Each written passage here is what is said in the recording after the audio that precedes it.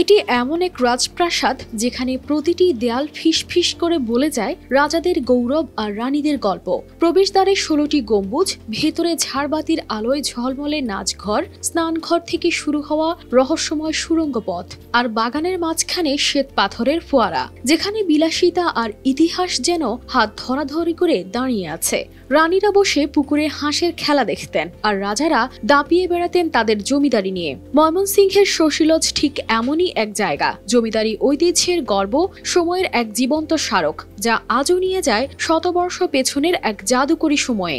এই যে নান্দনিক স্ট্রাকচার, যে আমার কাছে মনে হলো যে হ্যাঁ, একটা সময় এখানে কত কলহ ছিল, কত জাঁকজমকপূর্ণ লাইফ ছিল এই জায়গাটায়।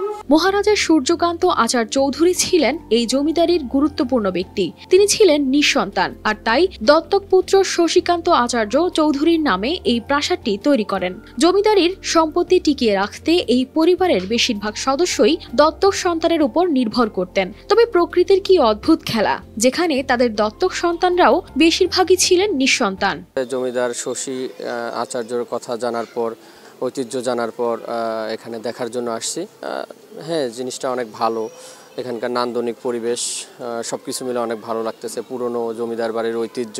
শশী লজের প্রতিটি অংশেই ছড়িয়ে আছে ইতিহাসের গল্প। প্রাসাদের স্নানঘরের একটি সুড়ঙ্গ পথের কথা শোনা যায়, যা সরাসরি মুক্তাগাছার জমিদার বাড়ির সাথে সংযুক্ত ছিল বলে ধারণা করা হয়। এছাড়া বাগানের মাঝখানের ফোয়ারায় শ্বেত পাথরের গ্রিক দেবী ভেনাসের স্নানরত মূর্তি একসময় দর্শনার্থীদের মুগ্ধ করত, যদিও সাম্প্রতিক সময়ে এটি ভেঙে ফেলা হয়। 1952 সাল থেকে এই প্রাসাদটি মহিলা টিচার্স ট্রেনিং কলেজ হিসেবে ব্যবহৃত হতো। এখান থেকে টিচার্স ট্রেনিং কলেজ ছিল, যখন আমি তখন এখানে বিএড ট্রেনিং করেছিলাম। বিশেষ করে অনেকদিন পুরনো আগের থেকেই শুনতেছি যে শশী লজ এটা পুরনো জমিদার বাড়ি। আসার চিন্তা ভাবনা অনেক আগের থেকেই, কিন্তু আজকে আমার সাপ্তাহিক ছুটির দিন বলে আমি এখানে আসতে পারছি। পরে 2015 সালে প্রত্নতত্ত্ব অধিদপ্তর এটি জাদুঘরে পরিণত করে। এখন শশী লজ শুধু একটি স্থাপনা নয়, বরং ময়মনসিংহের অন্যতম প্রত্নতাত্ত্বিক নিদর্শন। দর্শনার্থীদের জন্য এটি সপ্তাহে 6 দিন খোলা থাকে। প্রতিদিন এখানে ভিড় জমছে ইতিহাস প্রেমীদের। শশী লজের রক্ষণাবেক্ষণের জন্য বাজেট বরাদ্দ বাড়ানো প্রয়োজন বলে মনে করেন এই কর্মকর্তা।